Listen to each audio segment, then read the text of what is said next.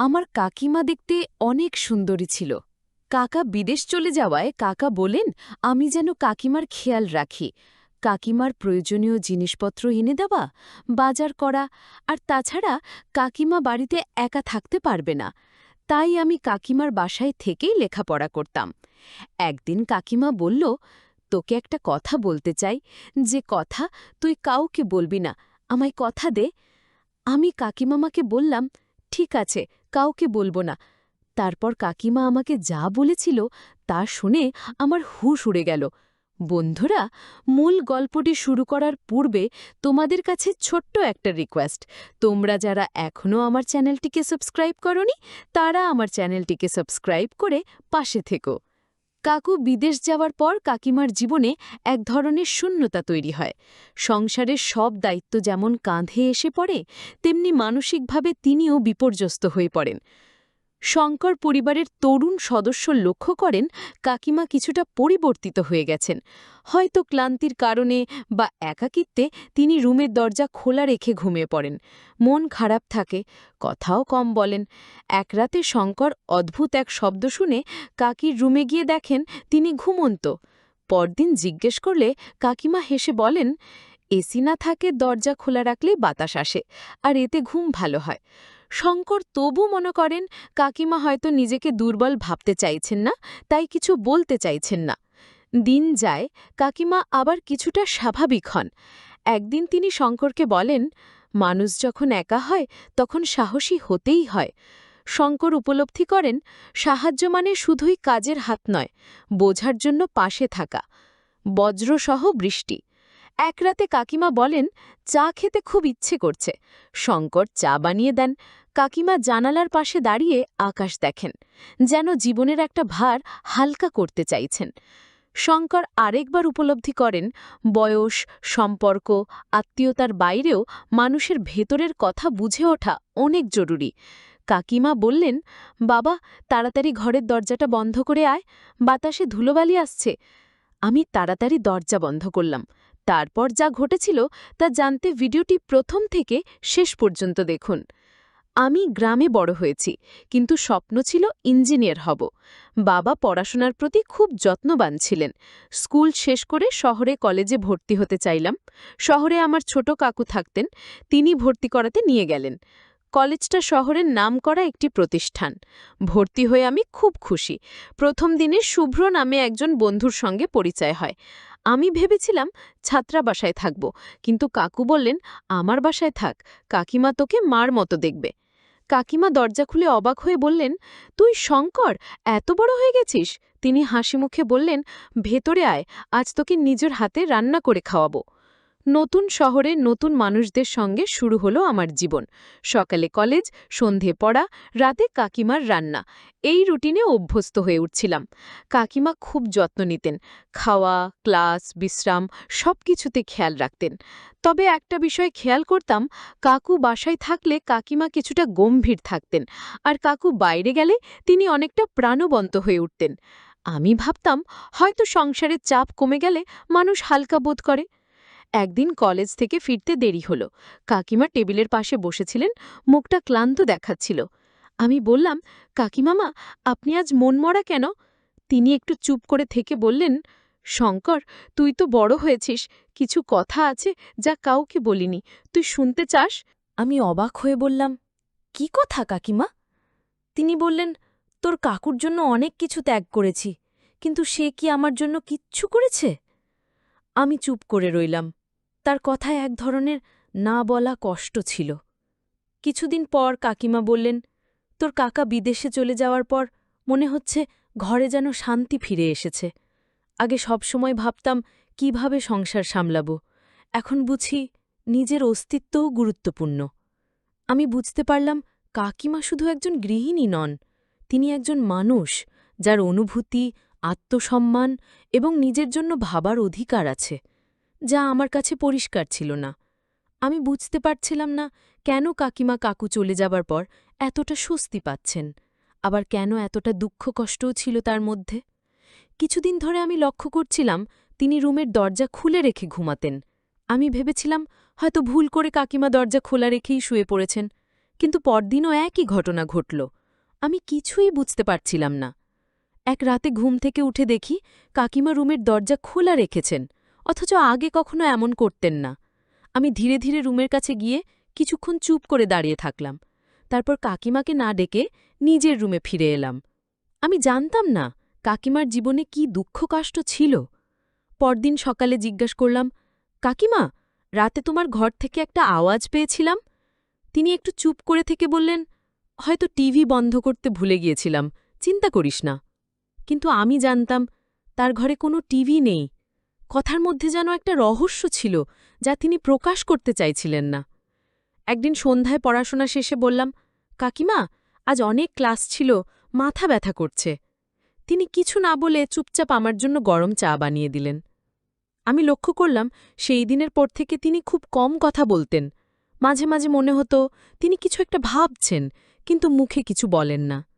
একদিন জিজ্ঞেস করলাম, কাকিমা, আপনি কি খাচ্ছেন, এত চুপচাপ কেন? তিনি একটু অদ্ভুতভাবে হাসলেন। আমি বুঝতে পারলাম তার মধ্যে একটা চাপা দুঃখ ছিল, যা তিনি কাউকে বলতে চাইছিলেন না। কাকু বিদেশে চলে যাওয়ার পর কাকিমা যেন বদলে গিয়েছিলেন। কখনো হাসতেন, কখনো চুপ থাকতেন, কখনো নীরবে চোখ মুছতেন।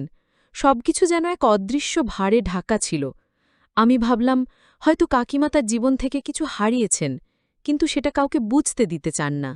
তার এই নীরবতা, তার এই অভিব্যক্তি সবই যেন এক গভীর গল্প বলে, যা শব্দে বলা যায় না। কিছুদিন পর একদিন রাতে আমি রুমে ঢুকতে গিয়ে শুনতে পেলাম কাকিমা হালকা গলায় কথা বলছেন। আমি ধীরে ধীরে গিয়ে শুনলাম তিনি নিজেই কথাগুলো বলছেন, যেন কাউকে কিছু বলতে চাইছেন। কিন্তু আমি তো কাউকে দেখতে পেলাম না। তাহলে কাকিমা কি একা একা কথা বলছিলেন? কাকিমার কথাগুলোর মধ্যে এক ধরনের দুঃখ ছিল। আমি বুঝতে পারলাম যিনি হাসি মুখে সংসারের সব দায়িত্ব পালন করছেন, তার ভেতরে হয়তো একটা গভীর কষ্ট লুকিয়ে আছে, যা তিনি কাউকে বলতে চান না।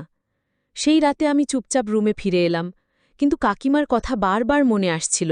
কেন তিনি একা একা কথা বলেন? তার জীবনে কি এমন কিছু ঘটেছে যা তিনি কখনো কাউকে বলেননি? তার মনের ভেতর যে কষ্ট ছিল, সেটা তখনও আমার কাছে পরিষ্কার হয়নি। একদিন সকালে দেখি কাকিমা অনেকটা চুপচাপ। তিনি সেদিন প্রায় কিছুই বলেননি, শুধু ঘরের কাজ শেষ করে একবার বাইরে গিয়ে এলেন। আমি জিজ্ঞেস করলাম, কাকিমা, আজ কিছু হয়েছে? তিনি মাথা নাড়িয়ে বললেন, কিছু না শঙ্কর, তুই পড়াশোনায় মন দে, আমি ঠিক আছি। কিন্তু আমি বুঝতে পারলাম তার মুখে যে কষ্টের ছাপ ছিল সেটা কোনোদিনও মুছে যায়নি। আমি বললাম, আমি তো তোমার সন্তানের মতো, তুমি নিজেই বলেছ আমি তোমার ছেলের মতো। তাহলে মা হিসেবে তুমি আমার কাছে বলো, তোমার কি এমন কোনো দুঃখ আছে যা কাউকে বলতে পারছ না? অন্তত আমাকে বলো। কাকিমা শুধু বললেন, আমার কোনো দুঃখ নেই, তুই লেখাপড়ায় মন দে, আমাকে নিয়ে কারো ভাবার দরকার নেই।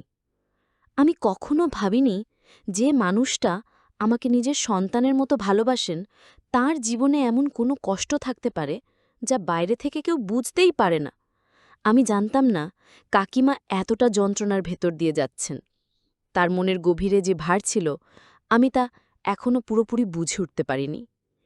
এই এক অদ্ভুত সময় ছিল। কাকিমা গত কয়েকদিন ধরেই বেশ চুপচাপ ছিলেন। আজ সকালে আবার তাকে রান্নাঘরে দেখে আমি কিছুটা অবাক হলাম। তিনি রান্নার কাজ করতে করতে হঠাৎ বললেন, শঙ্কর, জানিস তো, অনেক সময় মানুষ নিজের জীবনের অনেক কিছু চাপা দিয়ে রাখে, শুধু তারা অন্যের জন্য হাসি খুশি থেকে বেঁচে থাকে। আমি অবাক হয়ে বললাম, কাকিমা, আপনি তো সবসময় এত হাসি মুখে থাকেন, আপনি তো কখনোই আমাদের দেখাননি যে আপনি অনেক কষ্টে আছেন। কাকিমা মাথা নিচু করে কিছুক্ষণ চুপ ছিলেন। তারপর বললেন, তুই তো মনে হয় বুঝতে পারিস না, আমার জীবনটা একসময় অনেক ভালো ছিল, কিন্তু সবকিছু যখন বদলে যায় তখন আমাদের কাছে কিছু স্মৃতি থাকে, কখনো কখনো কিছু দুঃখ কষ্ট থাকে যা কাউকে বলা যায় না। তার কথা শুনে আমি আর কিছু বললাম না, কারণ আমি বুঝতে পারলাম কাকিমার জীবনে অনেক গল্প রয়েছে যেগুলো আমি কখনো জানব না।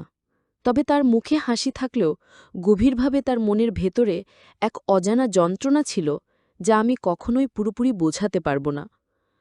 আজ সকালে আমি খেয়াল করলাম কাকিমা একদম মুচকি হাসছেন, কিন্তু তার হাসির মধ্যে যেন একটা দুঃখ লুকিয়েছিল।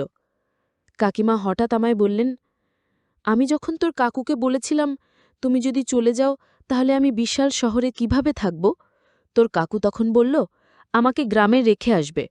তখনই কিন্তু আমি জানতাম আমাকে একদিন একাকী থাকতে হবে। সে চলে যাওয়ার পর থেকেই তার মনের ভেতর একটা বড় শূন্যতা তৈরি হয়েছিল। তবে এখন বুঝতে পারছেন, হয়তো জীবনটা একাই চলা শিখতে হবে। মনে হচ্ছে দুনিয়াতে কেউ কারণ নয়। আমি তখন বললাম, কাকু তো আর সারা জীবনের জন্য বাইরে চলে যাননি, কাকু তো বছরখানেক পরেই ফিরে আসবেন। কাকিবা আমার কথা শুনে কান্না করতে লাগলেন, যা আমি আগে কখনো দেখিনি। তার কথাগুলো খুবই দুঃখভারী ছিল, তবে সেগুলো ছিল জীবনের এক কঠিন বাস্তবতা।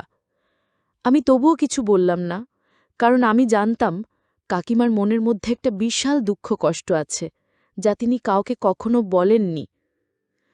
সপ্তাহের পর সপ্তাহ পেরিয়ে গেল, কিন্তু কাকিমার চুপচাপ থাকার কারণে আমি আরও চিন্তিত হয়ে পড়লাম। একদিন সন্ধ্যায় আমি কাকিমাকে গিয়ে বললাম, কাকিমা, আপনি তো কিছু বলছেন না, কেমন আছেন, কোনো সমস্যায় পড়েছেন? কাকিমা একটু সময় নিলেন, তারপর ধীরে ধীরে বললেন, এখন আমি অনেক কিছু বুঝতে শিখেছি শঙ্কর। জানিস, এই শহরে এসে মনে হয়েছিল নতুন জীবন শুরু করব, কিন্তু আসলে কিছুই নতুন হয়নি। আমার জীবনের পুরনো স্মৃতিগুলো সবসময় আমার চোখে ভেসে ওঠে। আমি বললাম, আপনার জীবনের স্মৃতিগুলো যদি আমার সঙ্গে ভাগ করে নিতে চান, আমি শুনতে প্রস্তুত। কিন্তু টাকিমা বললেন, না, আমি বলতে চাই না। তার চোখে যেন এক ধরনের ভয় ছিল, যেন তিনি কিছু লুকিয়ে রাখছেন, যা তাকে ভেতরে ভেতরে কষ্ট দিচ্ছে। একদিন বিকেলে আমি বই পড়ছিলাম আর কাকিমা রান্নাঘরে ছিলেন। আমি খেয়াল করলাম তিনি আজ বেশ মনোযোগ দিয়ে রান্না করছেন, কিন্তু তার মুখে চিন্তার ছাপ স্পষ্ট। আমি রান্নাঘরে গিয়ে বললাম, কাকিমা, আপনি আজ একটু ভিন্ন দেখাচ্ছেন, কিছু চিন্তা করছেন? তিনি মুচকি হাসলেন, কিন্তু সেই হাসির আড়ালে ছিল এক অস্পষ্ট দুঃখ।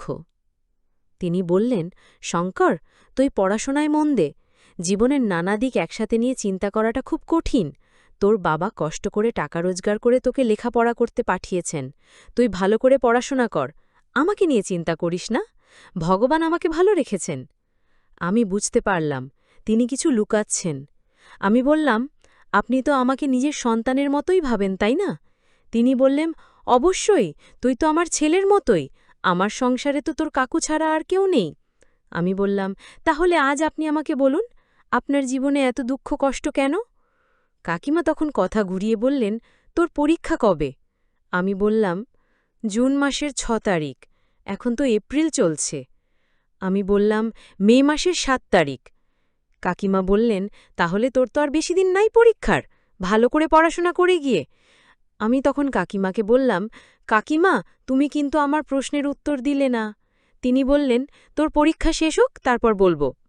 আমি কাকিমার কথা মেনে নিলাম। মনে মনে সিদ্ধান্ত নিলাম, পরীক্ষার পর কাকিমার মনের কষ্টের কথাগুলো আমাকে জানতেই হবে। দেখতে দেখতে আমার পরীক্ষা চলে এলো। আমি মন দিয়ে লেখাপড়া শুরু করলাম। পরীক্ষা শেষ হওয়ার পর কাকিমাকে জিজ্ঞেস করলাম, আপনি বলেছিলেন আমার পরীক্ষা শেষ হলে আপনার দুঃখের কথা বলবেন, এখন বলেন। তখন কাকিমা কান্নাভেজা কণ্ঠে বললেন, আমার বিয়ে হয়েছে আজ থেকে ৭-৮ বছর হবে, কিন্তু আমার একটাও সন্তান নেই। আমি সেই কষ্টে সবসময় মনমরা হয়ে থাকি। আমার কোনো সন্তান নেই, এটাই আমার সবচেয়ে বড় দুঃখ। আমি কাকিমাকে সান্ত্বনা দিয়ে বললাম, কাকিমা, ভগবান যাকে খুশি সন্তান দেন, আবার যাকে খুশি কিছুই দেন না। তাই বলে কি ভগবানের উপর রাগ করা যায়? আপনি চিন্তা করবেন না। আপনি নিজেই বলেছেন আমি আপনার সন্তানের মতো। আজ থেকে আপনি আমার মা আর আমি আপনার সন্তান। তখন কাকিমা কান্না করে বললেন, সত্যি তুই আমার সন্তান, তুই আর একবার আমাকে মা বলে ডাক। আমি কাকিমাকে জড়িয়ে ধরে বললাম, মা, আজ থেকে কাকিমা আমার মা আর আমি তার সন্তান।